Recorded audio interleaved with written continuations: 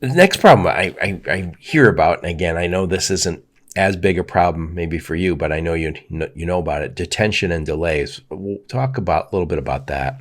So I guess that's maybe one of the biggest complaints you hear when you talk to drivers. Uh, in my situation, we are, as far as the pay part of it goes, Ruan does pay us for detention and delays, breakdowns, and all that.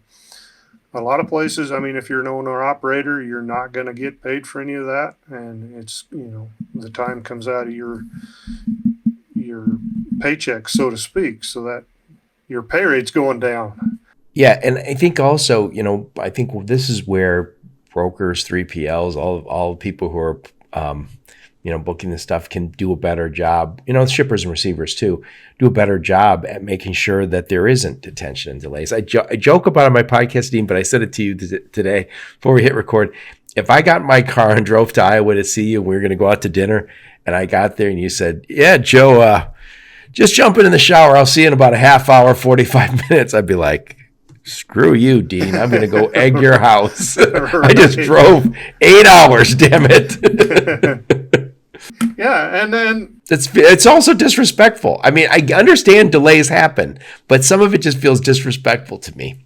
yeah, yeah, you're right, and unfortunately that happens. I mean, life happens, things happen, and delays are going to happen. But I think there's can be a lot of work, like you say, in the brokers and that end of it, as well as shippers and receivers to minimize uh, those detention times. Right. And again, those are also what can delay you from screw up your hours of service, right? Right. Yeah. And I joked about it before we hit record, but I feel this way. I'm always kind of surprised you don't see more trucks just kind of sitting by the side of the road where somebody says, "Yeah, I ran out of hours." I mean, imagine there are truck stops though saying, "I ran out of hours." But you hear stories. If you're out and listening to drivers talk, you hear stories of drivers running out of hours at weird places, and unfortunately, a lot of times they're not in a place where they can park, and so they're forced to drive on a little ways to find a place to park. And I think this is the challenge is it's not something they did.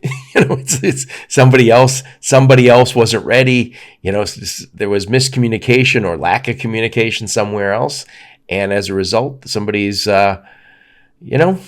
inconvenience at a minimum, but wasting their time and maybe taking a bite out of their pocketbook too.